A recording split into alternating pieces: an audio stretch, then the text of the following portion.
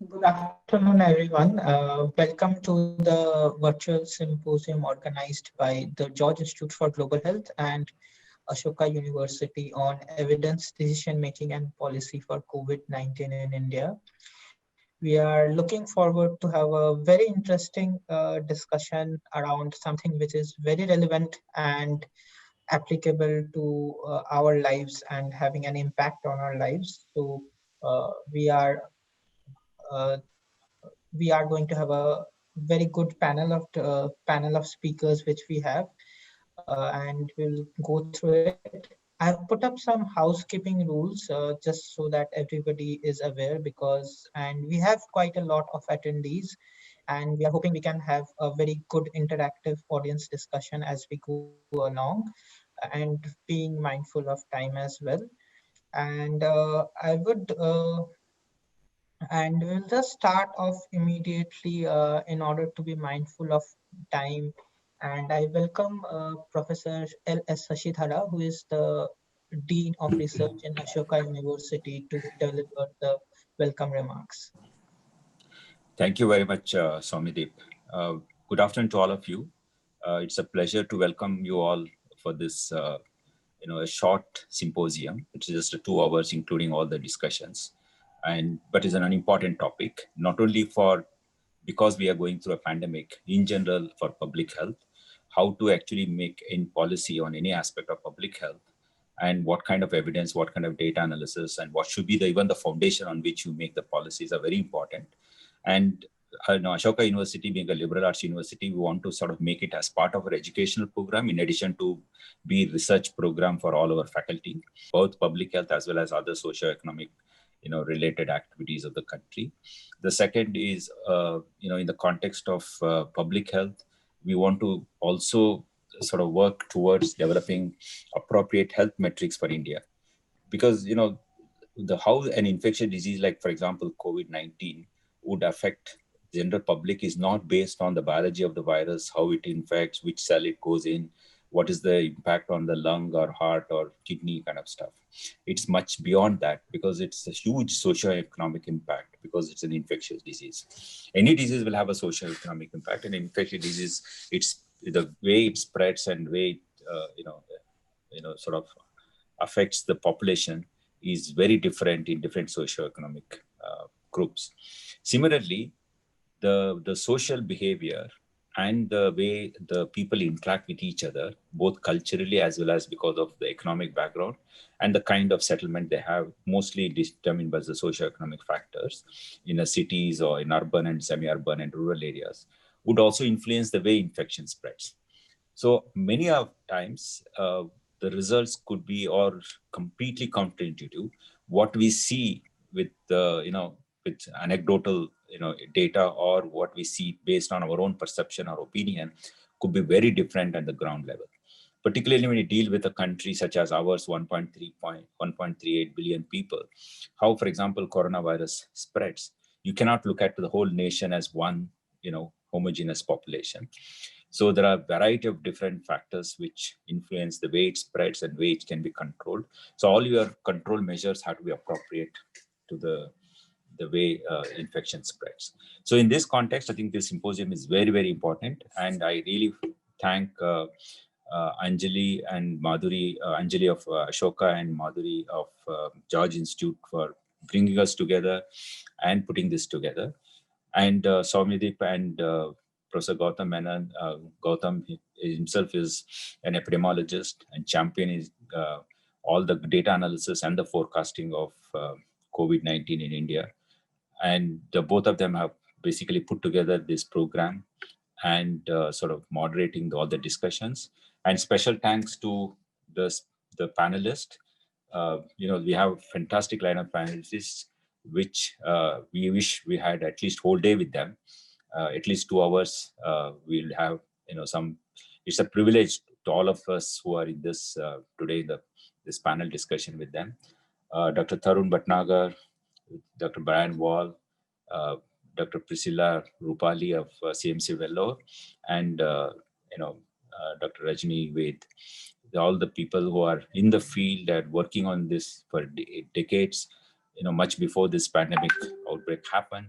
So they, based on their earlier work, they could immediately adapt to the situation, and have contributed already a lot to our understanding of the COVID-19 spread in India and on other parts of the country, and hopefully other parts of the world. And so today's discussion will be very fruitful in that context. Thank you very much, and I really look forward to a very lively discussion and fruitful discussion, because it will be useful, particularly deciding the next course of action in every city. Which had to be different. How Delhi has to respond post Diwali, or how Pune or Mumbai or Ahmedabad should respond. It'll be so different. I think it's very important that all of us will listen to these talks and then help, and the policymakers appropriately. Thank you very much. Thank you, Professor Shashidhara, for the welcome address. I am very honored to also have Dr. Shahid Jamil to deliver a special remark on the symposium.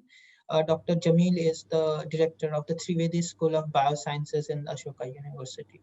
Dr. Jamil, please. Thank you very much, Soumyadev. Are you able to hear me?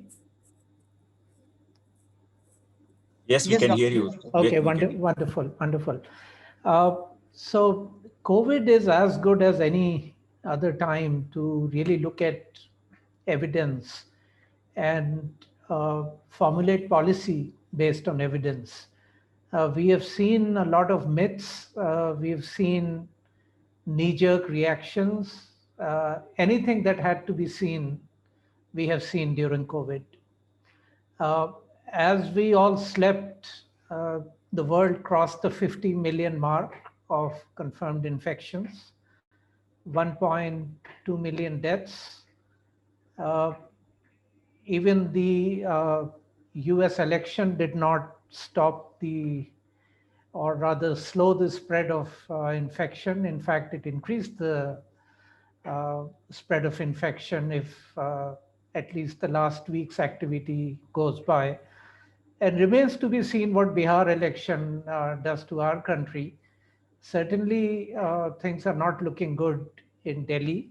When you talk about the festive season, we are almost in the middle of it right now. What will happen 2 weeks or 3 weeks later? Or as Shashi said, can we get the evidence? Can we make policy based on evidence? Everyone who is saying that the numbers in India are going down are unfortunately not talking about how testing in India is going on. India is now doing increasingly antigen testing. Delhi, for example, 77% of the testing is based on antigen tests, which have only 50% sensitivity in the field, compared to PCR, which has 80% sensitivity. So these are matters to be spoken about. These are matters to be thought about. These are matters to be discussed, and hopefully these are matters to be taken in consideration for policy formulation. You may read something in the print today on RTI that a print journalist had sent to ICMR, asking how many antigen tests are being done and whether there is any detail on that. And the RTI response was that we don't keep track of antigen tests, and they have no value in policy formulation. I don't really know how that statement can be made, but anyway, you can read about it in the print. So I think it's really important to deal with evidence properly and discuss it properly and make policy based on that. So this is a very timely meeting, and we hope we'll do more of these to really get to the core of the problem and really make policy which is rooted in evidence. I was going to say something about how pandemics emerge, but I don't think this is the right forum to do that. Just to leave you by saying that again, a very nice paper has appeared in PNAS within the last few weeks from the EcoHealth Alliance, which shows based on 6 years of study in Bangladesh, a lot of evidence to show how bats transmit the viruses that they carry. And this has been done in the context of Nipah. So again, I bring this up because this is how hardcore evidence is gathered, and then it will hopefully lead to policy formulation on how we can prevent viruses from spilling over from bats into domestic animals and humans. So with that, thank you very much for organizing this, Anjali, Samyadeep, Gautam, uh, George Institute. I know Vivek is here. So thank you all very much. And I would really look forward to hearing and being part of the discussion. Thank you very much. Thank you, Dr. Jamil, for the special remark. And I think that has made my job a lot easier in terms of trying to introduce today's discussion. So the way we have structured this is to this symposium is to have a very rich discussion in the initial first hour, where we have initial speakers talking about their core areas, and we have deliberately selected four different domains of COVID-19, so that we kind of get a very broad overview of things. And later we go in the next half to a panel discussion, where the audience can ask questions and also have a very rich discussion around how can we see all these individual aspects into the uh, entire bigger picture, and how these individual pieces join together to inform decision making and policies for COVID-19, what our learnings are, and how we can take it forward and learn from it. So our first speaker today, and we are actually very honored to have him, is Dr. Tarun Bhatnagar, who is a scientist at the ICMR National Institute of Epidemiology in Chennai. He is kind of a leader in terms of epidemiological methods, especially HIV prevention, and also epidemiology of emerging infectious diseases. This apart, he works a lot on cohort studies, implementation research, and obviously evaluation of different public health strategies and programs. Dr. Bhatnagar provides leadership and also serves as a faculty for the master's program, as well as the doctoral program offered by the ICMR School of Public Health in the National Institute of Epidemiology. So we are very pleased to have him, and Dr. Bhatnagar will talk to us about understanding results from the National Sero Survey of COVID-19, something that has been in news and been discussed quite a lot by almost everyone in the country. So I would request Dr. Bhatnagar to take the stage. Well, thank you, Soumyadeep, and for the kind introduction. Thank you to Ashoka University and the George Institute for giving me this opportunity to share our findings from the Sero survey. Let me share my slides. Okay, I hope my slides are visible to everyone. Yes, it is. Yeah, thank you very much. So yes, we'll be talking about the Sero surveys and sort of trying to uncover some of the uncertainties that we have been seeing in the COVID-19 epidemic in the country. And we are in a unique position because India represents one of the largest populations at risk for COVID-19, and currently, in fact, reports one of the highest numbers of confirmed cases in the world. Because of its large size and diversity, it's actually makes it difficult to understand what is the exact extent of transmission of the disease using what is known as case-based surveillance, which is essentially the testing data. Especially when we know that there are a lot of discrepancies or a lot of variations in how the testing happens and where it happens, particularly for rural areas. And at the same time, the Indian cities, in fact, represent a very challenging condition for COVID-19 control, with some of the world's highest population densities and contact rates being reported from the Indian cities.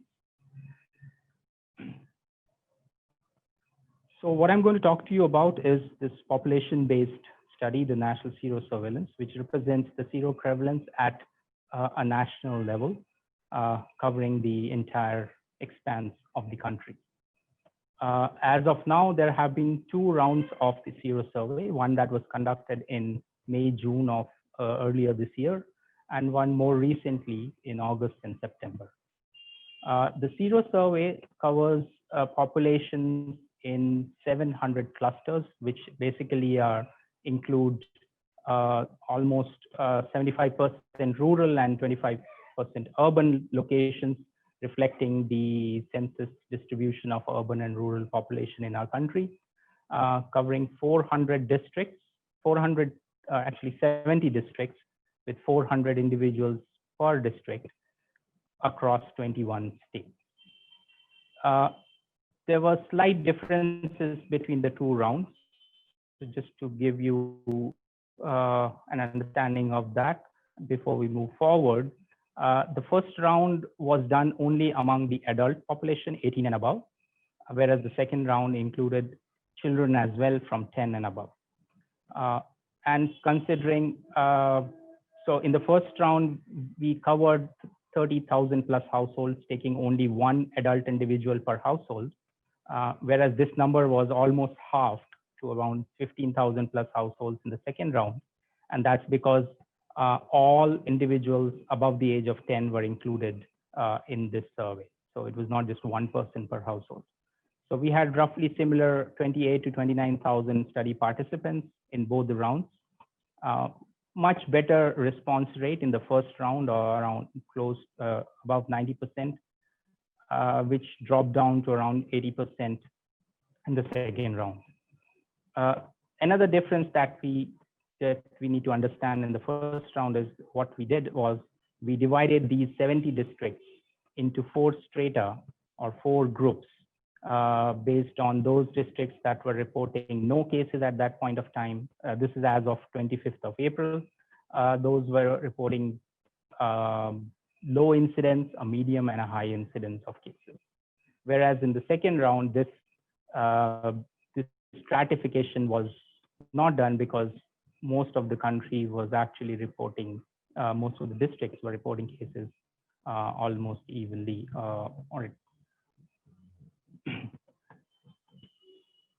We tested the individuals for the SARS-CoV-2 IgG antibody, and which is basically looking at the long-term immunity to the virus.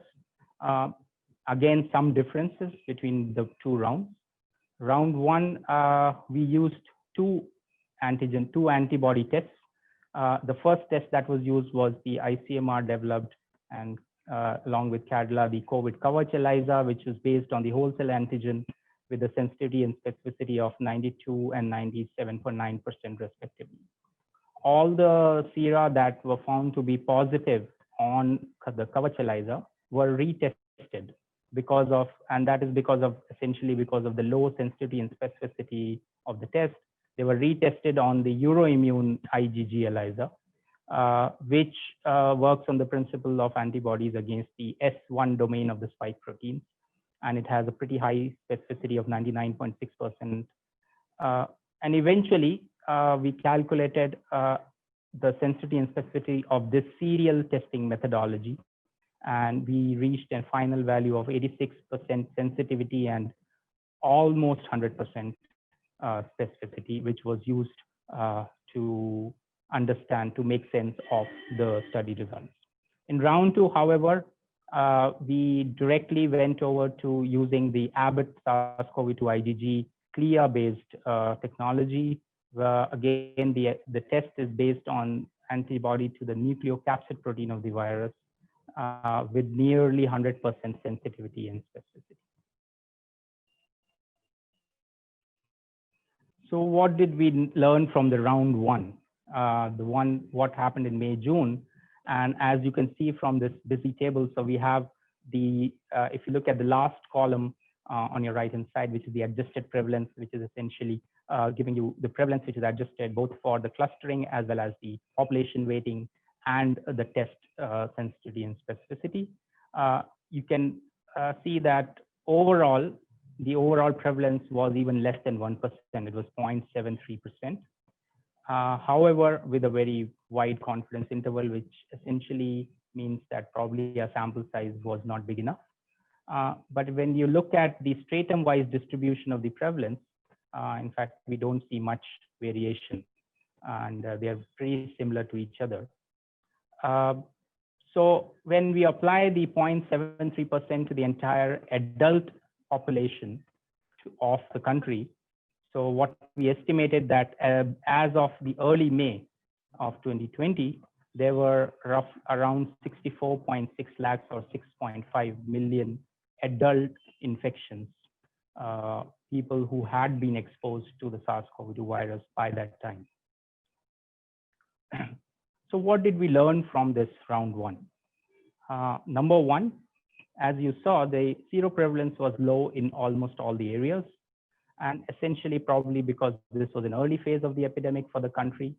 And so basically meaning that the population was still highly susceptible, and we should be expecting an increase in the coming months in the cases, and that's what we see. And we, in fact, by mid-September, we even reached the so-called peak. We also learned that the seroprevalence in terms of the districts which were reporting variably for the case reporting was actually pretty similar. What that helped us to understand was that probably the areas where the PCR-based case reporting was low was basically an under-detection of cases, an overall low testing coverage, and at that point of time, probably poor access to the testing laboratories in all parts or various parts of the country. We also learned from the round one that there were specific populations who were at a higher risk of getting exposed to the virus. And these included males. These included those people living in urban slums and those whose occupation put them at a higher risk of exposure to potentially infected individuals. Another parameter that we calculated from the seroprevalence was what is known as the infection to case ratio. Basically, how many infections are we seeing in the population compared to every case that is being reported through the RT-PCR testing at that point of time. And we saw that this was pretty high. It was, in fact, around 82 to 130 infections per reported case, which could be due to various reasons. At that point of time, we could only hypothesize some of these reasons because the study was not designed to look into some of those aspects directly. But some of the potential reasons for this could be because maybe considering the way the testing was being done, probably either there was a high rate of infections among the asymptomatics, or testing was only prioritized to the symptomatic individuals. It could even be that the PCR tests, as we all know, have a relatively low sensitivity, and they may be missing out cases. And there was a lot of variation in the testing rates because of multiple reasons across various states, and in fact, even within districts across the state. And all of this could have influenced the high infection to case ratio. Finally, we also understood that the infection fatality ratio, which is basically number of deaths per in relation to the infections that have happened, seemed to be pretty low. And we felt that probably this was an underestimate and not the true picture. And because the numerator, which is the total number of deaths due to COVID-19 infection, was something that was not available in its complete sense. The death reporting was not complete. There was also a lot of differential across districts in terms of access to the testing facilities, so that people who die could get a confirmation that they actually died, whether they died of COVID-19 or not.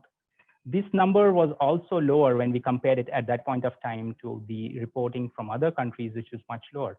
And some of the factors that could influence that could be the age structure, the difference in age structure between India and these other countries, the access to healthcare facilities, the quality of care in terms of which influences deaths, and also comorbidity prevalence, which has been seen to be a major influencer of the severity of COVID-19 infection. So what did we recommend at that point of time? We recommended to reinforce, to augment, to focus, and to establish. To reinforce further strict compliance to the pharmacological interventions that all of us are very aware of now. We recommended that we needed to augment the ongoing containment measures in terms of the testing, the contact tracing, and the quarantine and isolation. Focus on strict containment in urban areas and more so in the urban slums. And in order to help to establish long-term monitoring, to actually establish the states to establish district level facility-based surveillance, which could inform local decision making.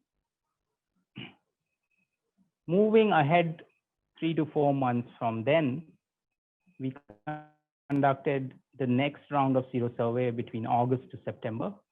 And now, as I was told, this is among all individuals aged 10 and above. The prevalence at this point of time was almost 10 times. It was around 6.5%, although pretty low in absolute numbers. And we also were able to dissect out what was the adult prevalence, and that was also around 7%. So extrapolating from these numbers, which some people do not like, in fact, but we estimated that as of August of 2020, we had nearly 7.5 crore or 74.3 million population aged 10 years and above who had already been infected with the virus. And then, so what did we learn from this? When we looked at it more in depth, we found that there was a rise in seropositivity across all the 70 districts. However, this rise was very variable, and this ranged, the actual seroprevalence or the IgG positivity actually ranged from 0.5% in Palakkad and Kullu districts to as high as 42% in the Ganjam districts of Odisha. However, it did tell us that yes, there was widespread infection in all the districts. Another interesting thing that we found, which was slightly different from what we found in the first round, was that the seroprevalence did not differ either by age or sex or occupation. So apparently, whatever year old you were a child or a young adult or an older individual or male or female, whatever occupation you were in, whether that was at high risk or not, it seemed that the exposure as well as susceptibility, either one of them at least, was comparable irrespective of these factors. And this is, in fact, this is the point of time where the country was in various phases of lockdown.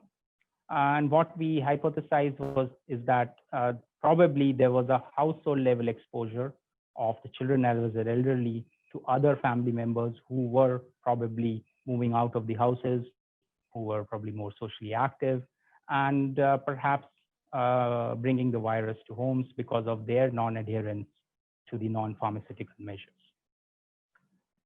We also learned that yes, the prevalence was much higher in the slums compared to the non-slums and to the rural areas. However, the rural areas still had a substantial level of prevalence of the infection close to 4.5%. And we understood that probably the drivers in the urban and the slum areas is the population density, the mobility, and actually field level challenges in maintaining distancing and doing the hand hygiene. The point of concern, however, was that there seems to be had already been a substantial transmission among the rural population. Another interesting thing. Dr. Bhatnagar, can I just request you to wrap up as we are running on the time, please? Yeah, sure. I'll be closing soon. So thank you.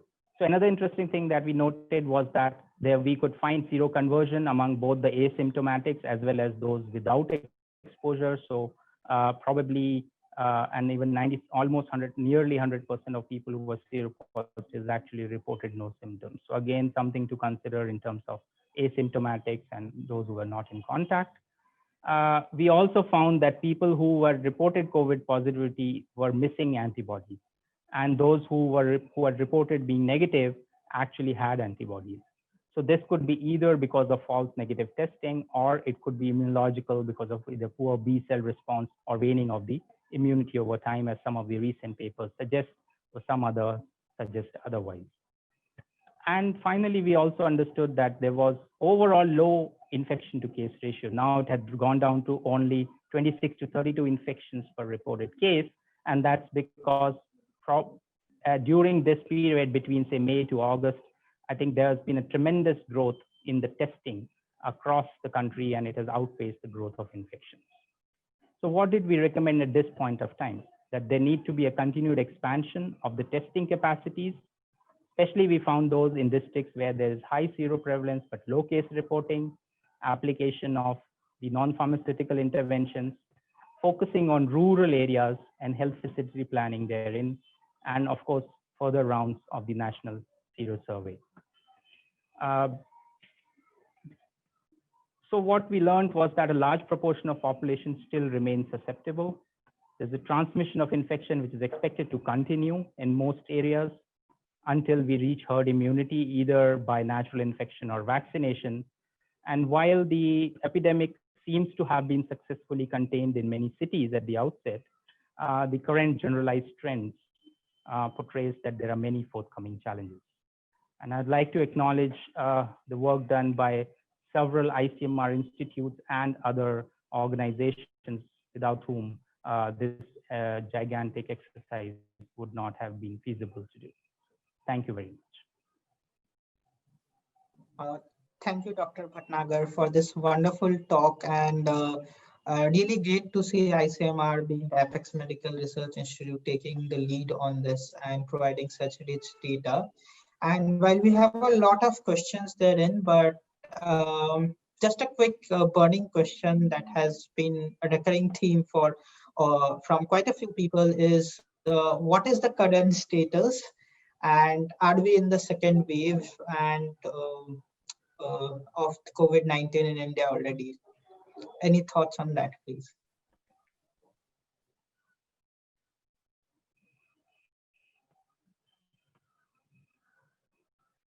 Yeah. Am I audible? Yes, Dr. Bhatnagar. Hello. Yes, Dr. Bhatnagar, you're audible. Yeah. Right. So what is the current situation? I think we will need to know. I mean, we seem to have more around 1 in 15 individuals 10 years and old already having been exposed to the virus in this country based on the results. Whether we are in the second wave, I'm not so sure whether we are done with the first wave, because what the concept of wave is by looking at the cases that are being reported. And that itself is something that we need to understand more carefully. And the seroprevalence results have shown that there could be something much more hidden underneath than what the case reporting shows. Thank you, Dr. Bhatnagar. We have a host of questions, but I think we'll park some of them for the panel discussion. Thank you for your talk again. So we will move to our next speaker, Dr. Brian Wall. He is an epidemiologist in the Department of International Health at the Johns Hopkins Bloomberg School of Public Health. And he has been working a lot on health systems and infectious diseases in Nepal as well as in India, where he has been based for more than a decade. And his research is in a very interesting intersection of understanding the changing epidemiology of pediatric respiratory diseases in the context of various new health interventions that are happening in these low and middle income countries. So he obviously leads a lot of field studies and but also works a lot on modeling projects, which brings us to the next topic, COVID-19 epidemiology. Over to you, Dr. Branwell. Thank you, Dr. Somyadeep. I'll just share my screen. So I hope everybody's able to see. Yes, Professor Walla, we can see it. Great, thank you. So thank you for that very kind introduction. Good afternoon, everyone, and thank you for inviting me to talk today about the epidemiology and transmission dynamics of COVID-19 in India. Well, I won't give a background since Dr. Somyadeep went over my background, but I do want to start by saying that I feel privileged to present today on behalf of several individuals who have contributed to the work recently published on the epidemiology of COVID in India and 2 states in particular. And I really want to highlight the contributions of individuals from the governments of both Tamil Nadu as well as Andhra Pradesh, and 2 of my colleagues, one from the University of California, Berkeley, Dr. Joseph Lunard, and Dr. Ramanan Lakshminarayanan from the Center for Disease Dynamics, Economics, and Policy, who really led this work. And so I'll be presenting on behalf of this really wonderful team today. So just to set the context, at the time that we undertook this work, much of what we knew about the epidemiology and disease severity of COVID-19 really largely came from China, as well as high-income countries that were really the places where COVID-19 had the greatest burden initially in the pandemic. However, as we've discussed already today, much of the population that is at risk of COVID-19 resides in low and middle income countries.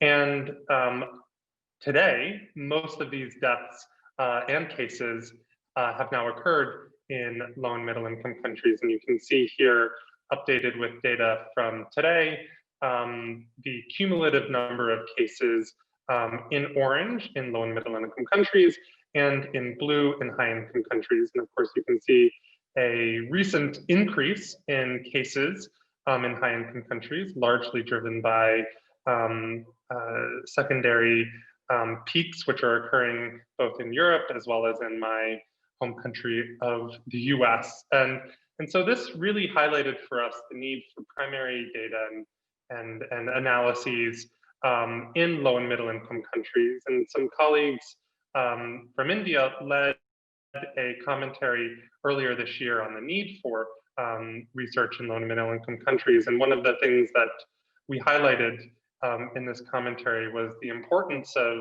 of conducting research without, and you can see here, although small, the writing is small, but highlighted in red, without diverting limited human resources, funding, or supplies from critical response activities. And one of the things that I'm most proud of in what I'll be presenting today is the fact that we were able to do this using routine public health data rather than adding any additional burden to the health systems as they were grappling with their responses to COVID. So just in terms of the context and the methodology that was used to collect these data, active household surveillance for influenza-like illnesses were carried out by community health workers within containment zones in both Tamil Nadu and Andhra Pradesh, beginning on or around the 28th of March this year. Community health workers visited households to identify suspected cases and identify all contacts of both suspected and confirmed cases. Information on all cases was then communicated daily to supervisory medical officers, and then contacts of confirmed or suspected cases were then monitored for the development of symptoms for roughly 28 days, both in Tamil Nadu and in Andhra Pradesh. And just to give you a sense of how the epidemic progressed in both of these states, on the left-hand side, you can see here cases by district from the beginning of the epidemic through to the 31st of May, when the lockdown ended. The shading in the figures is on the log scale here and is per 10,000 population. And so you can see here as the colors get quite a bit darker as we go to June in the middle and then to July on the right-hand side, a real rapid increase in cases across many districts in both Andhra Pradesh and Tamil Nadu. And in Tamil Nadu, you can see really two kind of early clusters of districts where most of the cases were identified. And you can see here that was incidence. And so here you can see daily case counts, again, on the log scale here. So a rapid increase in cases. You can also see the rapid scale up here in daily testing that was done over time, and the positivity over time as well. And so you can see that as cases were increasing and as testing was increasing, positivity initially ramped up quite a bit, well above the 5% threshold that the WHO recommends. But after testing continued to ramp up, positivity came down in both states. Toward the end of our study period, started to increase in Tamil Nadu, but remained quite low in Andhra Pradesh. And then, of course, you can also see here an increase in deaths across both states, similar trend to what we see in cases, but of course, shifted in time to the right of these graphs, indicating the time to death, which I will talk about in just a bit. Of course, the epidemic did not stop in either of these states at the end of our study period. And so there was a really wonderful commentary on this research that was published by two researchers from CMC Vellore, Dr. Jacob John, as well as Dr. Gangdeep Kang. And I would strongly recommend, if you have a chance to read this commentary. You can see, of course, that cases both in Andhra Pradesh as well as Tamil Nadu continued to increase and slightly level off in Tamil Nadu, and of course, deaths as well in both cases. Looking at the instantaneous reproduction number, this is an indicator of transmissibility at any given point of time. You can see here that pre-lockdown in both states, relatively high effective reproduction number. During the lockdown, came down considerably, and then during the lockdown phase, remained relatively low over time. And so indicating that the lockdown, of course, had an effect on the transmissibility of COVID.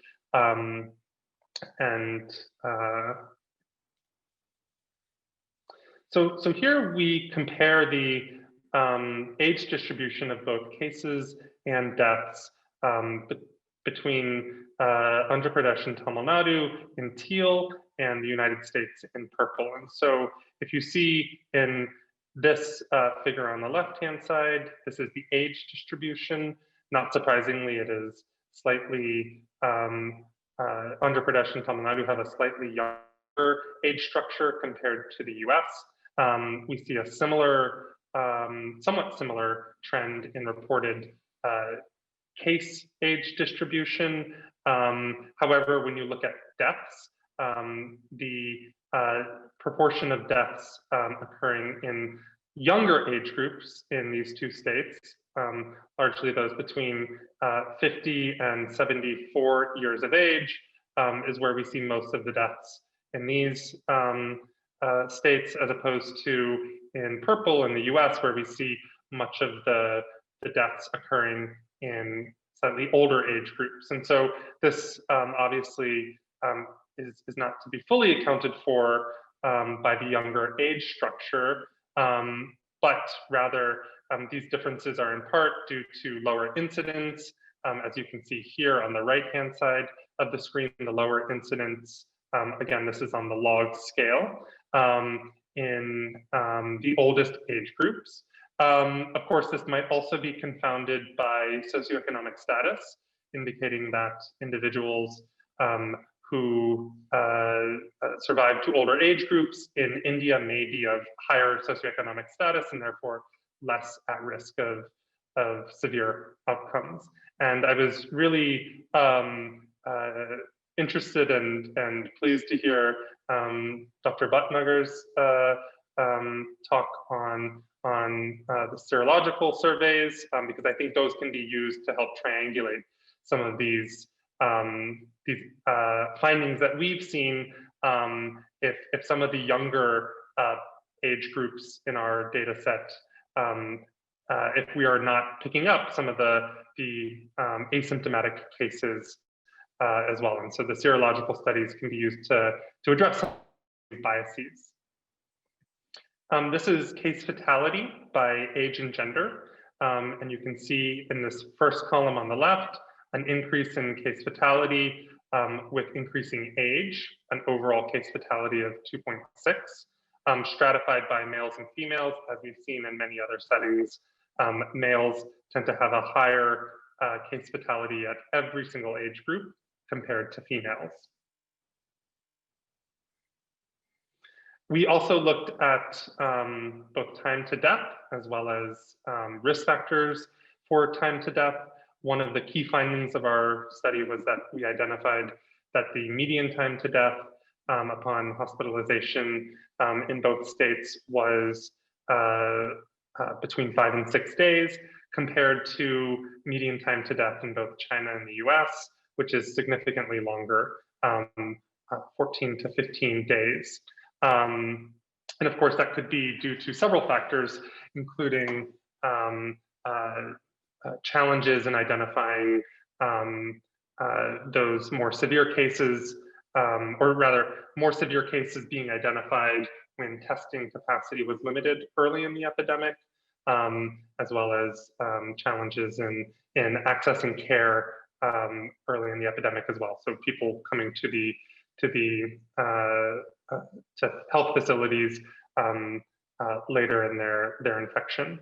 You can see here age as a predictor of time to death, as well as gender or sex. We also found that time to death increased over the course of the epidemic. So some of those factors that may have played a role in that shorter time to death may have been alleviated during the course of the epidemic in both states. And then Tamil Nadu had a slightly shorter time to death compared to Andhra Pradesh. Just quickly going over comorbidities, we found that many of the standard comorbidities that we find in other settings were highly prevalent in the fatal cases. And you can see here with diabetes in particular being highly prevalent at many age groups, including some of the younger age groups even seeing a quarter of those aged 30 to 45 who had passed away having diabetes as a comorbidity.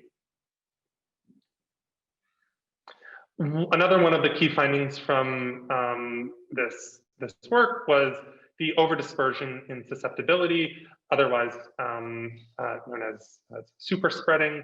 And so you can see here on the left-hand side the total number of contacts traced per index case. And so again, on the log scale. And then you can see here the total contacts that were positive for index cases. And so most index cases in our data set had 0 positive contacts. And of course, decreasing exponentially with the higher number of positive contacts per index case. The inset here, I'll just orient you to this. So this is the percentile of index cases and what proportion of secondary cases they account for. And the critical thing to note in this index case is this break in the x-axis here, where we go from 0 to 70% roughly, right around here. And so most or 70% of index cases account for 0 of the secondary cases, and then of course an increase, quite a substantial increase here. So roughly we could say 90 to, well, let's say 95% of, or rather 5% of index cases account for roughly 80% of secondary cases. So a real strong indicator of super spreading observed in both Andhra Pradesh and Tamil Nadu. And I think this has some implications for response efforts, how we look at contact tracing and other response efforts as well. Just want to quickly indicate that. Yes? Yeah, just asking you to wrap up as we are running out of time. Sure, Thank you. sure. Just another 1 or 2 minutes. So we stratified contacts by both high-risk contacts and low-risk contacts using these criteria. And we looked at a number of secondary attack rates, both again by high-risk and low-risk, and found a secondary attack rate of roughly 7.5% overall, 10.7% for high risk and 4.7% for low risk. We did find a household secondary attack rate of 9%. One thing that, again, I think has implications for response efforts is the secondary attack rate among high-risk contacts in shared travel. And you can see a secondary attack rate, incredibly high secondary attack rate of almost 80%. And so I think that has implications for our thinking around current travel infrastructure. Just 2 last slides to indicate the role of age groups in transmission. And so here we have 2 figures, one looking at the age distribution of index cases among all infected contacts, and then of course those with high-risk contacts. And we can see that it's really the 25 to 45 year olds who tend to be infecting most others. So that the infected contacts are on the x-axis. We see a big gap here in younger age groups, likely due to the closure of schools during the period during which these data were collected. And then the last thing I want to finish on is the risk of transmission given exposure. And so we found that for all contacts, the highest probability of a positive test result occurs when the index case and the contact are of the same age. And you can see this very strong diagonal figure here, and it's even more pronounced both at younger and older age groups and among high-risk contacts. And so this indicates that younger age groups do play a role in transmission, but not necessarily, this does not indicate though that they are the drivers of transmission, but they are playing a role in transmission from what we have found. And so of course this would have implications for reopening schools. And so again, want to thank you for allowing me to present this work, again, on behalf of several individuals without whom this work would not have been possible. So thank you. Thank you, Dr. Wall, and it's really a great to have your presentation. And in light of what was presented earlier by Dr. Bhatnagar, it really complements our understanding in a lot of ways. While I have a few questions of my own, I will park them up, but I think there's one technical question. So basically asking your reflections and the significance of finding that the normal distribution in your study was found to better explain the serial interval rather than the gamma or Weibull distribution. This is from Dr. Arun Mehta. So just some light on what your thoughts are on serial intervention, intervals and generation time, and the significance of finding that. So that's the technical question. And the second question is from Sunita Rao from the Times of India, Bangalore, asking you your thoughts on suspected reinfection cases that are being now reported from multiple cities. So maybe for the more technical question, maybe I can answer that in the chat rather than use the time, because I know we're already running a little bit behind. In terms of reinfection, I think it's a really interesting question. We're still at the point where I think they're relative to the total number of cases, and especially thinking about the work that Dr. Bhatnagar had presented earlier, which indicates that we may be missing a substantial proportion of infections as well. Confirmed reinfections still represents a relatively small proportion of cases, and I think there's a lot of additional work required to understand whether reinfections are less severe than initial infections. I think some of the initial reports indicated that secondary infections tended to be less severe, more mild than initial infections. That hasn't been the case with every confirmed reinfection, but I think this is definitely an area where additional research is required, and I think especially as discussions of herd immunity and when we might achieve herd immunity, I think it's an important area of inquiry that needs further research. Thank you, Professor Wall, for a wonderful presentation. So our next speaker is Professor Priscilla Rupali from the Department of Infectious Diseases in Christian Medical College, Vellore. And she's also the Deputy Chair of Hospital Infection Control. This means now we are moving from a bit academic kind of discussion to hear from someone who is on the front lines as well as is an academic.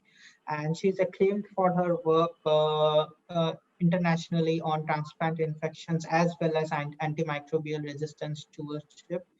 And she's a very well published researcher.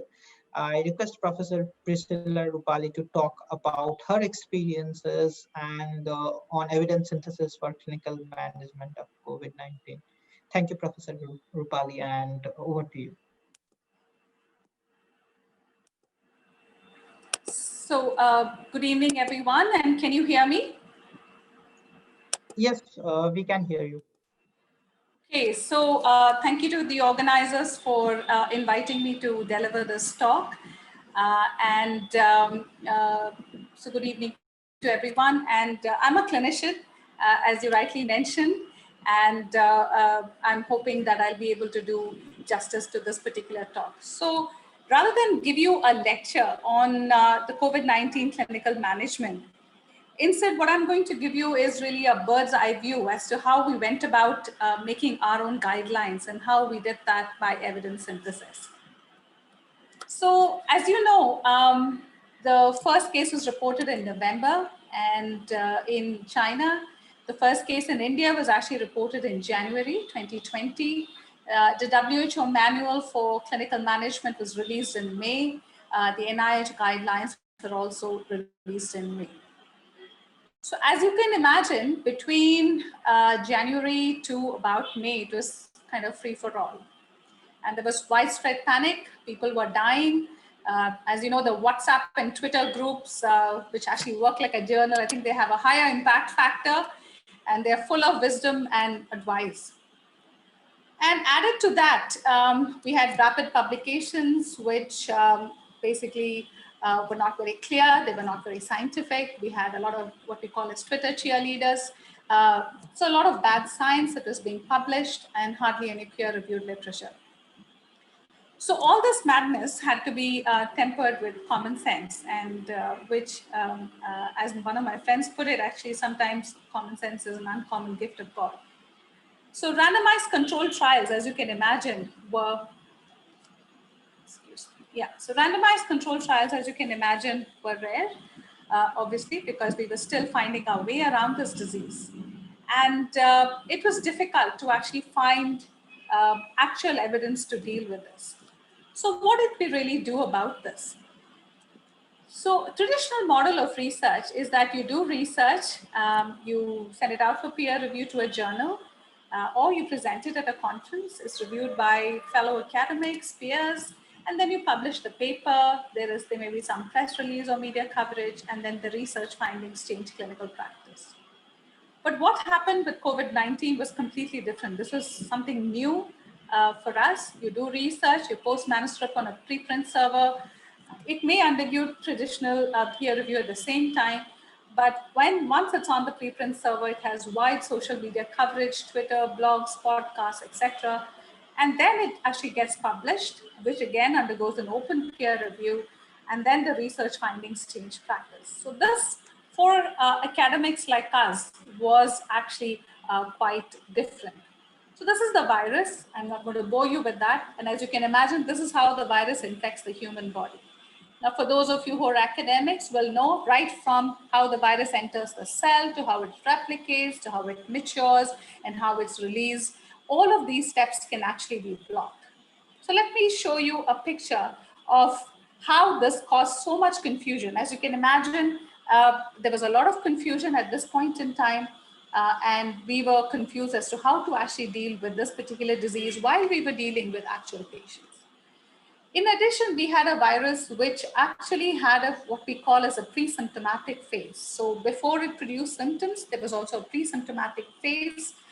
It then went on to produce mild or moderate or severe or critical illness. And then we were never able to identify which is the person which goes on to develop mild disease or severe disease or critical disease. As a matter of fact, that data is not available even today.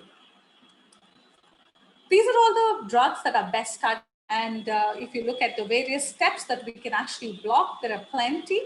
And the confusion in this slide was reflected in many of the clinicians who were dealing with these cases. I just underlined a few, which I thought we should kind of go over to see how we went about evidence synthesis. So one of them is remdesivir, favipiravir, tocilizumab, and corticosteroids. So when I look as a clinician, or when clinicians on the floor dealt with this particular disease, in their mind, they've got it classified 4 ways: antivirals, anti-inflammatories, anticoagulation, and of course, antibody related. So convalescent plasma, monoclonal antibodies, hyperimmune globulin, etc. Now, traditionally, when you think about a disease, so you've got this pre-symptomatic where you have no symptoms or you have prodromes, and then you have the symptomatic phase. So common sense dictates that we should actually target this particular stage of the disease. But how do we identify this particular stage? So as you can imagine, most of the interventions have been focused on the symptomatic phase. And this is what we'll actually concentrate on, because at this point in time, the data regarding treatment in pre-symptomatic phase is still a little up in the air. So this is April 2020, and this is one of the surveys which were done in the United States. And as you can see, this is in April 2020, and believe you me, this is the same situation that was there in April, even in India. So a lot of drugs being reviewed in literature, and a lot of drugs available in the market, lots of pressure, peer pressure, patient pressure, and industrial pressure as well. So what we decided was our first patient was actually, we saw our first patient in March. And what we did was, first thing we did was put together a treatment group. And we had members from infectious disease, medicine, pulmonology, medical specialties, critical care, emergency department, virology. And this was actually, this group was actually chaired by HICC. And we held our first meeting on 19th March. And what we did was we had a twice weekly meeting to discuss new studies. And then we went on to actually have draft our treatment guidelines based on evidence. And we went about changing it each time we came across new disease. In addition, the other thing we did was, because the literature was not keeping up with the pace that we required to deal with patients, we also did clinical audits on a regular basis, monthly audits of every modality of treatment to help us guide our management further. So just to give you an example, this is remdesivir. The table I've put together is what is there in our latest guideline, but as you can imagine, this table was populated bit by bit. So initial thing was possibly in Wuhan, possible trend to recovery. Then we had the ACTT trial, which from the United States, which showed that the median recovery time was actually much faster with remdesivir as compared with standard of care, but there was no mortality benefit, but it seemed to reduce the duration of hospitalization or requiring ventilation. Subsequently, of course, we've had other studies, WHO Solidarity Trial, which has not shown too much benefit. But as you know, it's an adaptive trial, and the design of the trial was modified many times while it was actually rolled out. So for us, it made sense to adopt this. Total cost of treatment seemed to be 18,000, and while they didn't prevent death, seemed to reduce hospitalization, oxygen use, and ventilation. So it made sense to actually direct remdesivir therapy at the people who seem to require it, people who were symptomatic, people who were on oxygen, people who seem to be sick, requiring ventilation. So it made sense to actually adopt this. What about chloroquine? How did we deal with it? We actually went on doing multiple meta-analyses. We actually went through loads of data, and we decided not to use chloroquine except in the initial stages when there was some data about faster recovery of viral RNA initially. But subsequently, we have not used it, maybe in the first couple of weeks, but after that, we've never used it. So as you can see, these various studies actually show there's no difference in the clearance, doesn't make a difference to mortality, clinical outcome, clinical recovery, or even radiological improvement. What about favipiravir? And this was a drug which was freely available in India, and there was a lot of, it was freely available in the market, over the counter. But when data was actually reviewed, it really seemed to make no difference to the primary outcome, which is actually only a negative PCR, not really a clinically significant outcome. It seemed to say there was a quicker resolution of fever, but actually only 25% of these cases in the studies had fever at presentation. So people seem to get better on this, but was it really because of this, or was it in spite of it? And there was no data in severe or critical cases. So we decided not to even adopt favipiravir in our guidelines and not stock it in the pharmacy. Plenty of others like ivermectin. Ivermectin is an anti-parasitic drug. There was a doubt regarding the biological possibility, but yes, there was a retrospective cohort study which seemed to suggest that there may be a mortality benefit, and we decided that it needed further study. We had other antiretroviral therapy. We used that routinely for HIV patients. But again, this was disappointing. Data seemed to indicate no difference in the time to improvement or clearance of viral load or even any change with mortality. Then coming to the anti-inflammatories, as you can imagine, again, this gives me a headache when I look at it, and I can imagine your state looking at it from far away. So we decided to go with what we think would be the reason why we would need to use an immune modulator. So when you look at the pathogenesis, moderate to severe disease that was common. That seemed to be because of immune dysregulation. So we needed some immune modulator, and immune modulation we hope would actually improve the other things. Now, as you know, the recovery trial is the most important trial, which actually demonstrated, I think it's the only drug which demonstrated a mortality benefit in COVID-19. But let's start from the bottom and then go up. So this is what was available earlier in China. In fact, earlier studies seemed to indicate that there was harm due to corticosteroids. Then subsequently, a quasi-experimental study in the United States from Michigan seemed to suggest that there was improved clinical outcomes. Then, of course, a recovery trial, which was a very large, well-conducted, randomized control trial, which seemed to suggest a mortality benefit with actually a large effect size in ventilated patients, suggesting a dose-benefit relationship. And of course, the moment it came out, I remember the morning it came out, and by afternoon, all our patients on oxygen were already on dexamethasone. Subsequent meta-analysis has shown that this benefit seems to be borne out by other studies which were done, and meta-analysis indicate a clear mortality benefit with corticosteroids. Now, what about other things that came about, like monoclonal antibodies, like tocilizumab, convalescent sera? Our problem was, will the cost really justify its use? And I think the prime example for that was tocilizumab. This is data from now. Actually, there are a lot of them which are hot off the press. We actually reviewed the initial retrospective data, and we were not convinced that methodologically the studies indicated its superiority. So we never really thought the use was actually justified, and we never used it in our treatment guidelines.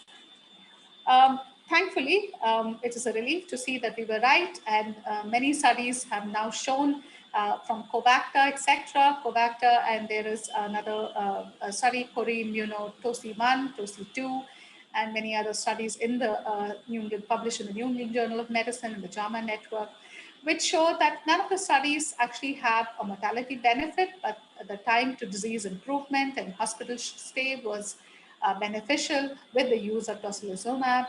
And of course, many people needing mechanical ventilation, it was actually shorter with tocilizumab. What about convalescent plasma? Convalescent plasma was indeed associated with the reduction, was actually not associated with the reduction to severe disease, and it did not reduce all-cause mortality.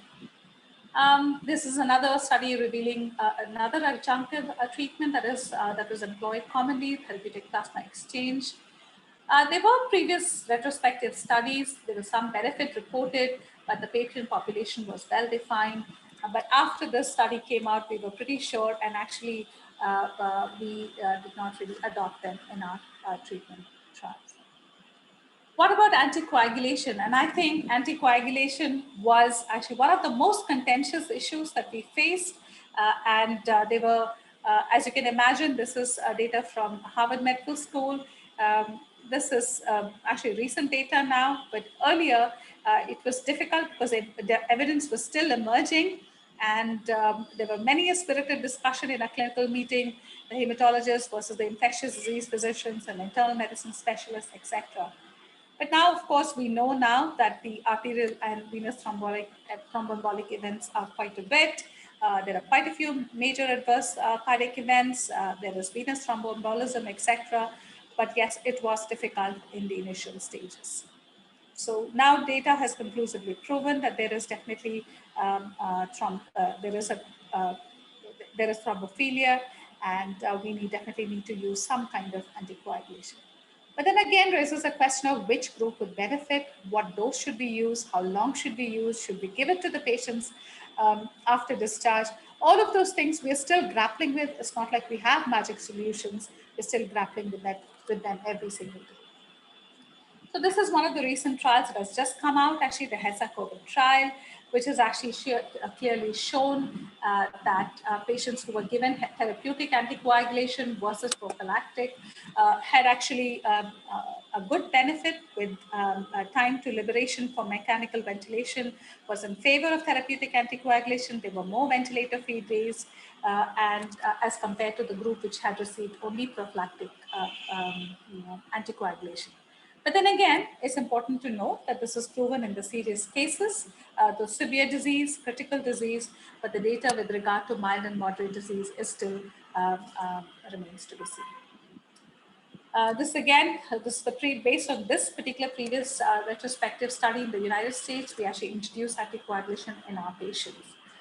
So data does indicate that severe disease benefits from therapeutic anticoagulation, but what do we do about the mild and moderate? We hope that subsequent trials, which are actually ongoing at the moment, will give us more information. So if you look at the meta-analysis, there seems to be a clear survival benefit for therapeutic anticoagulation, especially in the severe to critical case categories. So what did we do, and how did we set about making these or adapting these to our guidelines? So this is one of the most recent updates to our guidelines. We actually have a newer version. We haven't uploaded it yet, which is the reason why I'm not showing it to you. So this is how our guidelines look. So as you can see, the last date it was updated was the 26th of September. And we clearly mentioned that these are dynamic guidelines, and whatever changes are made, we actually mention them upfront so that people are aware of this. So it goes on to telling us what are the new things that have been there. The other thing we realized is people wanted to know why we were saying what we did in each category. So what we did was we also made a summary of decisions of the treatment meeting. We put it up, the date the decision was made, what was the evidence that was reviewed, and what we felt was a certainty in evidence. And what is the decision made by the group with regard to any of these particular, say, for example, antivirals. I've put up the antiviral data here. The other thing we did was we put a summary of the primary scientific literature as well, and we put it up as to the various things that would plague people while they're actually dealing clinically with these particular patients. This is actually just a snapshot of the various protocols that we have. As you can imagine, we have protocols for patients, staff, infection prevention, testing strategies, discharge policies, various forms, training modules, and FAQs that are actually related. So that actually, I'm going to finish my talk there right on time. And just to give you a bird's eye view as to how we went about it, it's not a perfect system, but then that is something that we face all through the clinical management of COVID-19. And I'll be happy to take any questions that there are. This is a tribute to all the frontline workers that were there. The indomitable spirit of all the frontline healthcare workers, who none of them actually questioned that they had to go in. None of them questioned the guidelines that we made. They trusted that we were doing evidence synthesis to protect them as well as to manage our patients better. So thank you for your attention, and I'm happy to take questions. Thank you, Professor Priscilla, for giving this wonderful presentation. And definitely all that we have achieved so far is due to frontline workers like you who has worked in the hospital. I am also actually quite really pleased to hear about how rapidly CMC Vellore actually did evidence synthesis to support clinical decision making, something which we do in George Institute in terms of having a rapid evidence synthesis, but that is more in terms of health policy and systems. But I was wondering if you can like very quickly tell us how you manage the evidence synthesis part of it, considering that everybody was like superbly busy during the pandemic.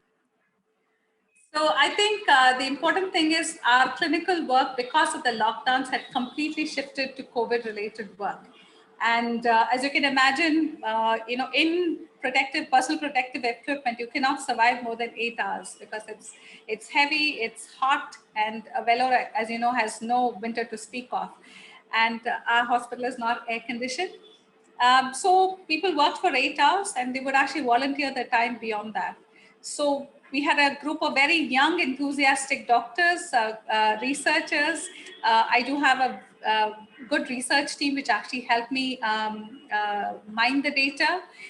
And it's a tribute to all of them. In addition, we also have a group of pharmacists, some of whom are on projects, some of whom employed with the hospital, who actually would do clinical audits at the same time, and we would tie both of them together to be able to generate the guidelines. So it was difficult. It was by no means easy.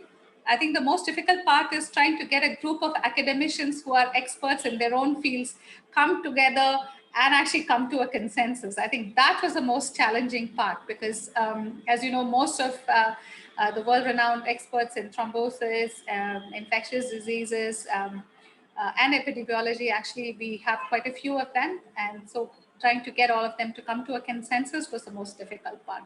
But the data mining part of it was not really all that difficult. Thank you, Professor Rupali, for your presentation. I am now very pleased to welcome our next speaker, Dr. Rajni Ved. Dr. Rajni Ved is a public health practitioner and till very recently was the executive director of the National Health System Resource Center of the Ministry of Health and Family Welfare in India. And she has worked for more than 10 years in this institution, and the entire ASHA program that has been established and institutionalized very successfully in India has been through her work and leadership. And she has also been supporting India's flagship primary healthcare initiatives in the terms of Ayushman Bharat and Health and Wellness Centers development. Her expertise spans across policy development, implementation, research, as well as technical support and design and evaluation. I would just hand over now the symposium mic to Dr. Rajni Ved, who will talk about what constitutes an evidence during a public health crisis and the challenges for policies and programs. Dr. Ved, please. Thank you very much, Soumyadeep. And I'd also like to thank the Ashoka University and the George Institute for inviting me to participate on this panel. I confess I'm a little fazed by the speakers who went before me, who had a lot to share in terms of the research that they've engaged in to provide evidence for COVID-19. My presentation takes a slightly different tack, and you'll all be relieved to hear that it's a fairly short presentation. I have only 4 slides. But my presentation takes a slightly different tack and looks at the point of view of what evidence is available and required to make decisions related to health systems features. So I'll just start sharing my screen. Okay. Soumyadeep, is this visible? Yes, Dr. Ved, is visible now. All right, thank you so much. So really briefly, I think the 3 presentations that we heard earlier provide immense value and contribution to the management of the pandemic. But early on in the pandemic, in the months of January, January, February, March, I think up to May, this was really what was the context of the pandemic. What governs evidence production and its use are this range of factors: a rapidly evolving pandemic, high public anxiety, almost relentless media scrutiny to see what the government is doing, what policymakers are doing, civil society advocacy, which is aimed at educating the public and also puts a lot of pressure on policymakers and program implementers, and uncertainty of the available knowledge then, and some of it is true even today. High political pressure upon program implementers and technocrats and bureaucrats, the level of public trust in the government. And I think that actually COVID, in fact, showed that when the private sector sort of withdrew, the level of trust in the government was all that the public had. And past experience hadn't actually helped the trust in government facilities, and we hope that's a good thing going forward.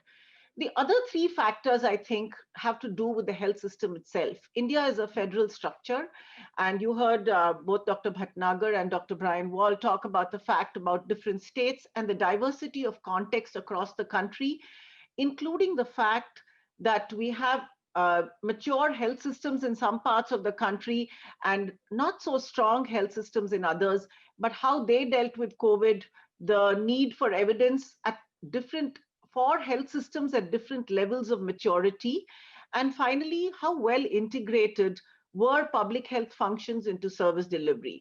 So really, these were all the factors that needed to be considered while looking at evidence production and use, because health systems is not just about production of evidence, but also the knowledge translation piece. Now, for where were the areas in which evidence was required, particularly for supporting health systems to deliver the treatment, care, prevention, risk communication strategies. So evidence was needed for the development of communication strategies. And I think we saw early on, we had this almost, I don't know, a windfall is a positive word, but sometimes the kind of communication messages that came through were not always based on even the existing evidence that we had there. And there was this constant refinement of communication strategies. There were multiple players in the game too. So we had many, many stakeholders beyond government, beyond just the Ministry of Health, other ministries, all involved in putting out communication messages. So really the need for robust evidence to develop communication strategies. The second was for guideline development. And I think the speaker just before me showed how important it is, but it also takes time to develop these kinds of guidelines. The third was resource allocation. In a resource constrained situation like in India, even in the best performing states, we needed to know where to put the money, whether it was to suddenly to strengthen critical care facilities and invest in ventilators, or what is it more important to focus on primary healthcare work and community health workers. Then there was this whole issue of repurposing facilities. And we had a lot of confusion there also early on when it was not clear where should we take the patients who actually were symptomatic, where should we isolate patients, quarantine facilities. And there was this, and the kind of evidence that the health systems work needed was really to getting information from the states. So Excel sheets would go out asking states to fill in the number of 10-bedded hospitals, 20-bedded hospitals. And all of this actually is the evidence that we needed from the health system's point of view to make sure there were services out there to cater to people. And then there was one very important thing, which I think in the early months, how do you deliver non-COVID essential services, particularly for mothers and children, services like immunization, services like ensuring safe delivery in facilities. And we do know that institutional deliveries have dropped during this period. The ability to distribute medicines for patients on chronic care. These very same patients have comorbidities, which renders them more vulnerable to COVID. So all of these areas were the ones on which we needed evidence. Now, you might argue that you didn't need primary studies for this evidence, but it still needed a lot of what we call gathering this knowledge from the field, also from health facilities and health practitioners and implementers, program implementers, who were extremely stretched by addressing all of the functions that needed to be done.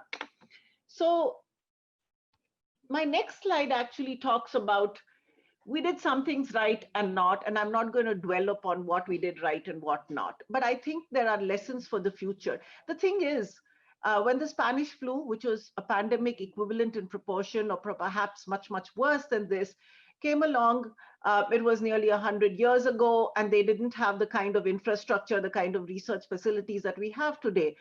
But we do know this, and God forbid any of us sees this kind of a pandemic in our lifetime. We certainly owe it to the future to be able to look at what we can do in case a pandemic or an outbreak of this sort comes along. So my first point is that we need to invest in knowledge transfer platforms and strengthen boundary organizations. Now, NHSRC is a boundary organization.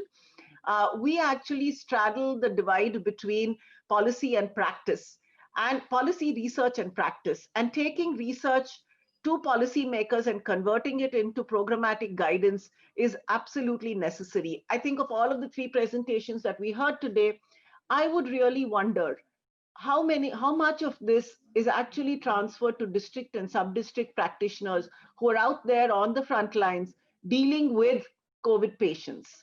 The second is, and I've been saying this is a kind of a record mantra for which I'm rather well known, is that you have to bridge the gap between researchers, practitioners, and policymakers. All three are essential to converting research into policy and practice, and this doesn't happen often enough.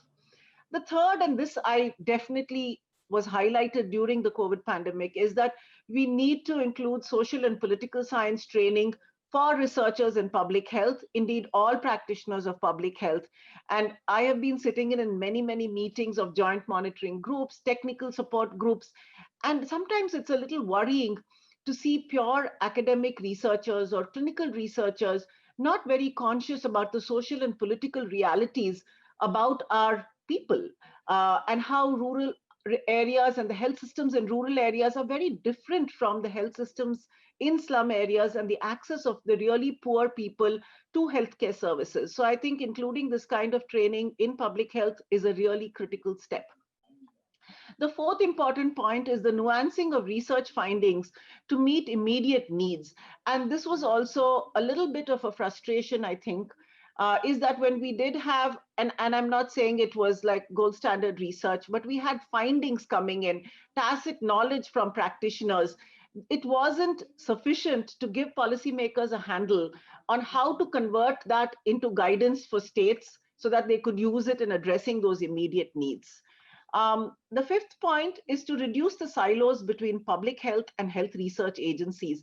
And I think this is another really weak area. I know that in the West, certainly in the United States, you have professors in schools of public health also serving in positions in public health agencies. And we don't see too much of that here happen. And I really would argue that it's high time for us to start to do this so that each side understands what the needs of the others, needs, constraints, and resources that the other brings. Again, and this point, the next one is really related to nuancing research findings, is matching the pace of research with the needs of policymakers. Not wait till we have the best or the perfect, but provide whatever we can, especially in this situation. We needed really rapid research being presented to policymakers. And I'm not saying that it has to be weak or anything, but it really needs to be there when they need it, given the state of anxiety that everybody is in. Engaging with civil society networks, this is really important, and I don't think we saw enough of that in this pandemic. We had public health agencies, we had media, we had government, we had research organizations, but engaging with civil society networks, particularly those that have a huge network of community organizations and grassroots organizations that could actually take communication messages down to the field as well as prevention messages, was not very well done. And finally, I'd like to say that research, no matter what the research says and when it's converted to policy and practice, it needs to be guided by ethical underpinning and a concern for the vulnerable. Far too often, we've heard research findings converted into policy and programmatic prescriptions that seem to indicate a little less than empathy for the very poor and the vulnerable, particularly in urban slums. So I think that's somewhere evidence-based decisions need to be guided by that. So thank you very much. And as I promised, it was a very short presentation, but I really needed to put our own learnings in context. So thank you. Thank you, Dr. Rajni Ved, for the wonderful presentation and talking about the experiences from the point of view of a decision maker. We have a lot of questions coming in, but I will actually hand over to the next part, which is essentially around the panel discussion, where we will have all the speakers join in and have a discussion around the bigger picture that emerges from this individual presentations. So I'll hand over to Professor Gautam Menon from Ashoka University to take the lead on this. Thank you, Shomadeep. And let me say that it's been a wonderful session so far. I've really learned from every one of the talks. I have many questions of my own, but I will also ask questions that the participants have asked. So let me start with you, Dr. Ved, and just sort of move backwards in sequence. And you did mention one particular point that you said that the level of public trust in the government and public health systems. You mentioned civil society networks, and you said it was not very well done, was your exact terms. And for that, you need to have people coming forward to admit that they're ill, to be sort of, you saw these fairly short times between admission to hospital and death in the data that Brian Wall spoke about. How do you increase this trust was my question. How do you address this particular problem? Would you have any suggestions or ideas about that? Well, you would increase trust by strengthening your public health system so that people have more faith in the government. The COVID pandemic actually left people with very few resources. Since the private sector withdrew, the government was the only place that people could go to. And I think they were also governed by past experiences, by not being sure, but that was all that they had. So increasing trust in the public sector system can only come by increased investments and making sure people access the public health system. I think the point about civil society networks was the reach of the government, both at the national and at the state level, to NGOs to make sure that communication messages could be transmitted to them because they could have reached the people. And I think at least from my point of view, and this is personal now, is that we didn't do that great a job of reaching out to, and we have. India's lucky, we have a huge voluntary sector and we have big civil society networks that could have been accessed.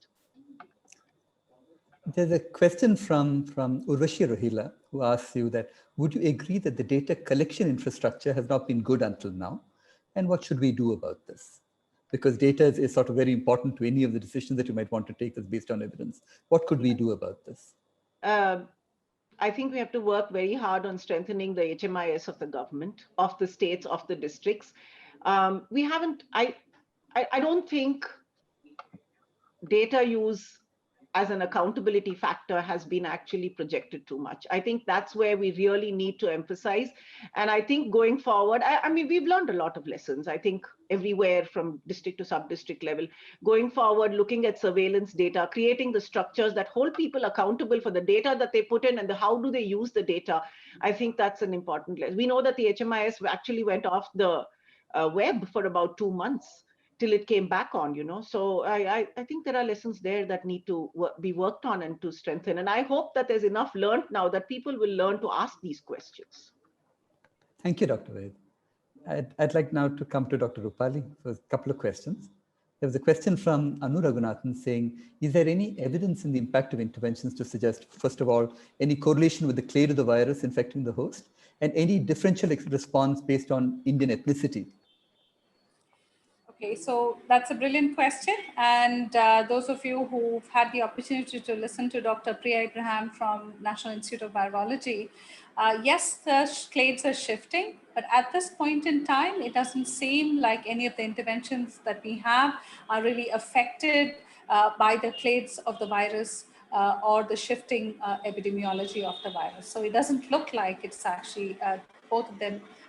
All the viruses that we have or the subtypes that we have seem to be equally responsive to the medications that we may have.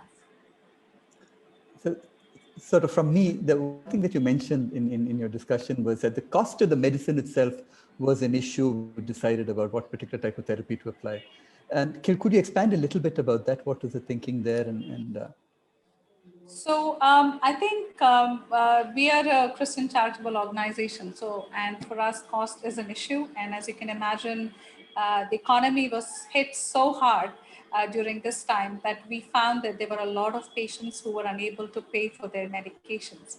And we actually are kind of the only tertiary care center for 300 kilometers around.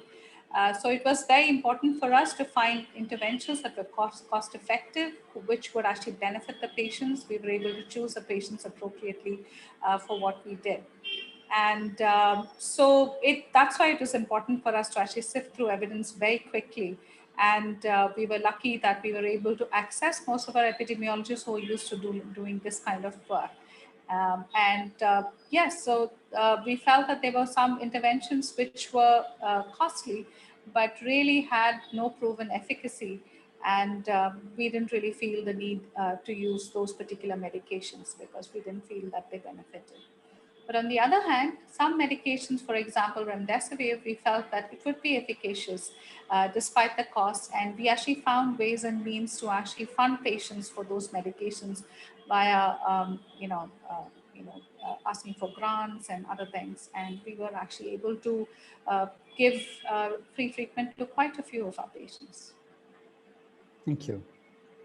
Let me shift to Dr. Brian Waugh and ask this particular question. So this is the question from me.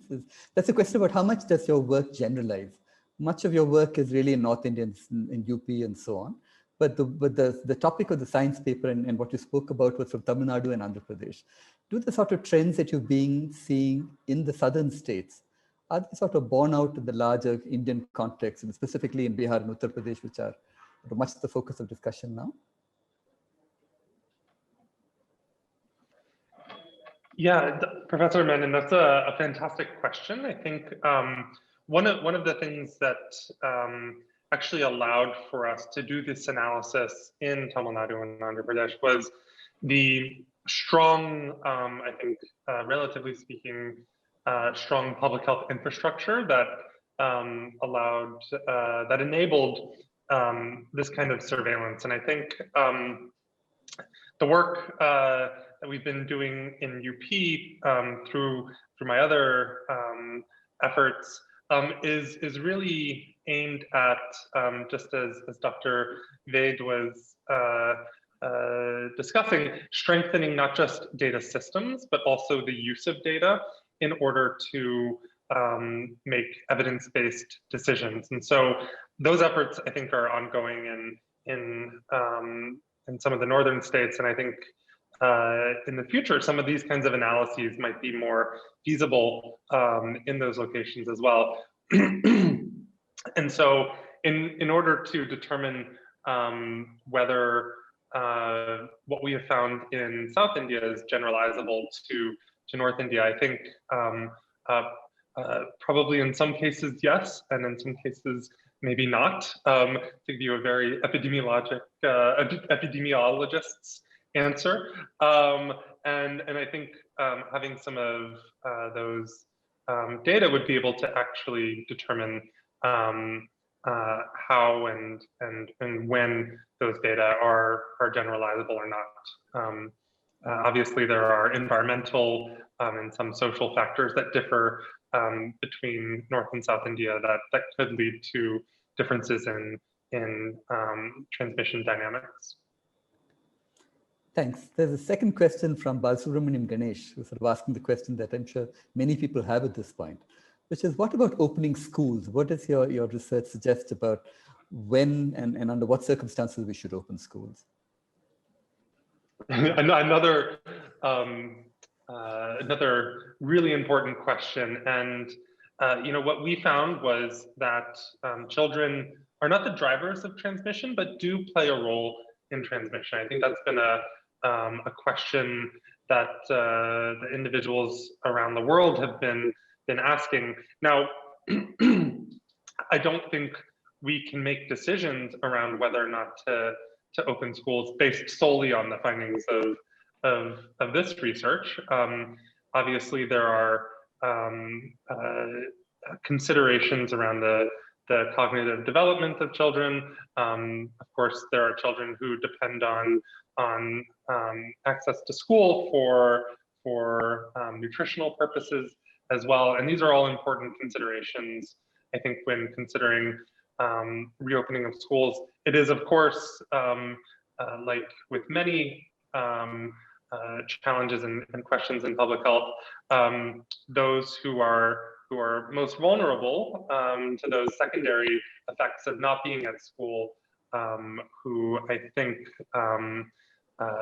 are also those at risk of playing a part in transmission in a way that would affect population. So it's a really challenging question. I think I hope our research helps contribute some of the answers to that, but I think it really requires kind of a broad set of considerations when actually coming down to making a decision around reopening schools. Thank you, Dr. Wong. So my last set of questions are to Dr. Bhatnagar. And this is a question from Sunita Krishnan, who asks, how do the findings of these surveys, the surveys that you mentioned, compare to other surveys done in India, for example, Mumbai or Pune, or the recent one in Karnataka? Is there any notable divergence or convergence in the findings? And she points out that the lack of a gender difference in infections that you found is interesting. Is there any information on symptomatic/asymptomatic infections, hospitalization/severity by gender that could be useful for policy? Yeah, thank you, Professor Menon. Well, comparing the National Sero Survey with the, I don't know now how many number of surveys that have happened across the cities. I think there are major methodological differences in what has been done at the city level or at a sub-city level. There are surveys which have happened only in slum areas. There are surveys which have happened only in few pockets of the cities and so forth. So it's difficult to compare.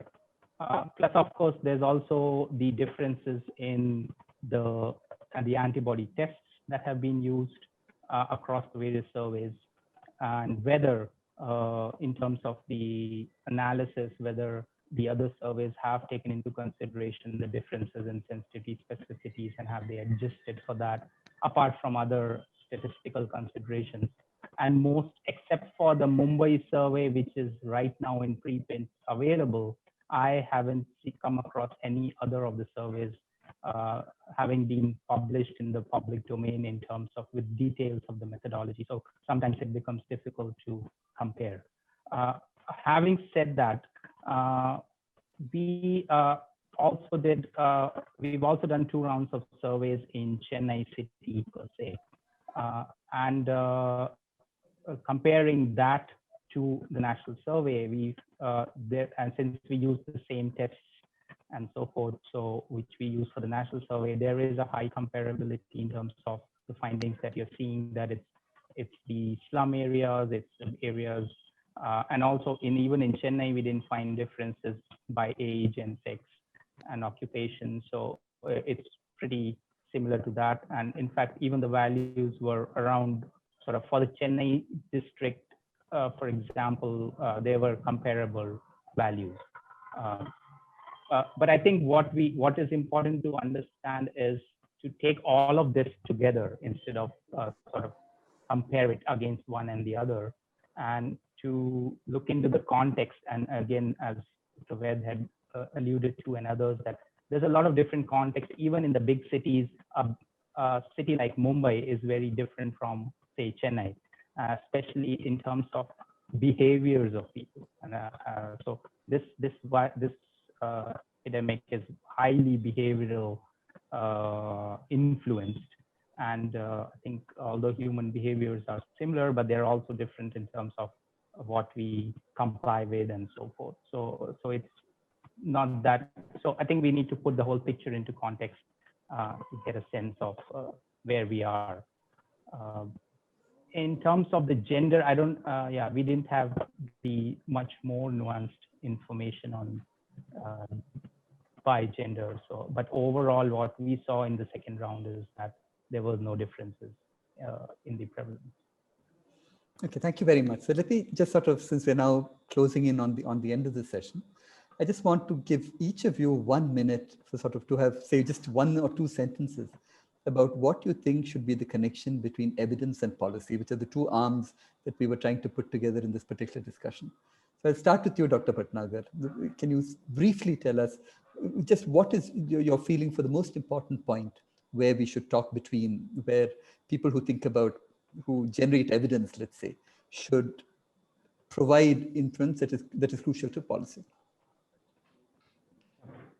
So I think what this pandemic has taught us that we are actually pretty efficient at generating evidence. Maybe we have been lazy in the previous week. I don't know. So there's a lot of evidence that can be generated. We have good capacity in the country for good evidence generation. And the policy makers, drivers need to understand that there's something that they can tap on within the country and make full use of. Also, I think there needs to be a give and take between evidence generators and policy makers in terms of the nuances that go into generating evidence and making interpretations from those evidence and having the right people to make those interpretations. Thank you. Dr. Wall, you have a minute. Thank you. I think a novel coronavirus and any novel pathogen naturally raises lots of questions, and there's a lot of uncertainties, especially early on in an epidemic. And so clearly there's a critical role for evidence to be generated early on in an epidemic. And it's, of course, I think critical for that evidence to inform response efforts. There's the classic no-do gap that we're always working to close. And I think I agree with Dr. Bhatnagar. I think we've been able to generate a lot of evidence, but I also think that I've been encouraged by how the degree to which it's been translated into policy. And so while I'm an epidemiologist, the last thing I'll just say is it's also important to have evidence being generated by several different, a multidisciplinary set of researchers and experts all feeding into policy efforts, not just one either biomedical or epidemiological sector. Thank you. Dr. Rupali, what would you suggest? Where do you see the gaps and how do we close these gaps between evidence and? Okay, so I think my 2 pennies worth would be, as a clinician, I think it's always a source of great anguish for us when we are unsure about what treatments to provide to patients. But we have a wide variety of experience, knowledge. And if we put all that together, I think deciding on what is a minimum must do for a particular patient in front of you is the most important thing. And I think that is something that we learned along the way. And no 2 clinicians will think alike when there's a patient in front of them. But I think agreeing on a basic minimum, which is definitely something that is born out of evidence and is not based on a personal opinion, and it's not eminence-based medicine, I think it's very important. So it brought home to us how we can bring eminent people together and then kind of sift through evidence and agree on a basic minimum. I think that is what I would actually say. That's what brought home to us. Thank you. Thank you. And so now I'll let Dr. Vaid have the last word on this. Dr. Vaid. Thank you very much. And I think together between all of us, I think the presentations have shown that you do need different kinds of evidence to inform policy. So biomedical, clinical, epidemiological, but you also need to consider the tacit knowledge of implementers themselves and people's knowledge, which we rarely take into consideration. The second important point is, how do you present this research to policymakers? It's great to have it peer reviewed and published in international journals and journals of repute, but how do you bring it back to the policymakers who would convert it into, hopefully, programs that benefit people? And I think finally, I think this role of embedded research and getting multidisciplinary researchers to work on health systems challenges or the wicked problems of our time is really critical. I still think we work in silos. I'm sure that after this presentation, I'd love to meet all of you again, of course, but I probably won't. You know what I mean? In the day-to-day work, everybody is separate. Everybody is working in their own silos. And I think we need to create platforms where everybody can come together and share experiences so that researchers understand what policymakers and practitioners really do need. Thank you. Thank you so much. And that's really a wonderful point at which to end this. I do hope we do get to meet each other at some later point. I will not be as negative as to say that we'll never meet again. I wasn't being negative. I look forward to it. And let me thank you all for really wonderful contributions. I've learned a lot. I'm sure all of the listeners have learned a huge amount from this discussion. I will now pass the floor on to Professor Vivekanand Jha, Executive Director of the George Institute for Global Health, India. Dr. Jha. Thank you, Professor, and thanks to all the participants in this meeting. I guess just to the last point of Dr. Ved, I think this symposium is really one such effort that the Ashoka University and George Institute made to get these different groups of people to come together and put their heads together exactly to get to the point that was alluded to by all the panelists and speakers, and also came out through the questions. I would say that from my perspective, this panel could not have been better composed. I think by starting from data, and I have to say that looking at data is like striking a match when you enter a dark room. You really see light, but you see just one corner of the room. But what we need is really not just one match, but we need lots of sources of light. So we continue to keep working. I think data is important, and using that data to come up with evidence, as Dr. Rupali showed, is a challenge which we face as clinicians, and I can attest to that. Having to see patients on a day-to-day basis myself, that's really a skill that needs to be developed by researchers and clinicians coming together. And then finally, hearing about the overall health systems perspective, which is like a cry for help from the health systems researchers, from Dr. Bay, which really brought this whole thing to a fitting finale. And this leaves us with a few questions. Do we value data? I think we all would agree that there were, as Dr. Bhatnagar says, that we are good at doing it when we put our minds to it, but we could have done it much earlier, and we could have done it better, as he himself said, and as Dr. Ball also said. There is still time, and we need to do much more. I think, we also realize that we have not been very good as a country and as a group of committed individuals in putting our heads together in developing like a crisis standard of care, because that is what we are dealing with. And as has been pointed out by a number of people, starting from Bill Gates to Dr. Tedros, that this is not the last pandemic we are seeing. Pandemic is a lesson, and this lesson is going to be applicable in many other clinical situations that we face, even though they're day-to-day situations. But what I think we all agreed that what we require is to have a cool-headed dissection of the data that is out there and the expertise that exists, and for us all to come together and develop not only a response, but a way to communicate that response to all the stakeholders. Another place, I think, where we failed really badly, more than anything else, in communication. And I would say the entire healthcare stakeholder chain failed in this, starting from the government to individual providers, on communicating what was happening to everyone who needed to know. Some of that lack of communication and lack of information is also visible in the kind of questions that we are getting through the chat pane. But I do hope that this is, as Dr. Ved said, this is just one of the first such events that we are doing, and we will continue to find ways of working together and hopefully come up with some solutions that will allow evidence to be translated into policy. So thank you very much. Thank you to all the participants and to leaders of Ashoka University and my colleagues at the George Institute for Global Health.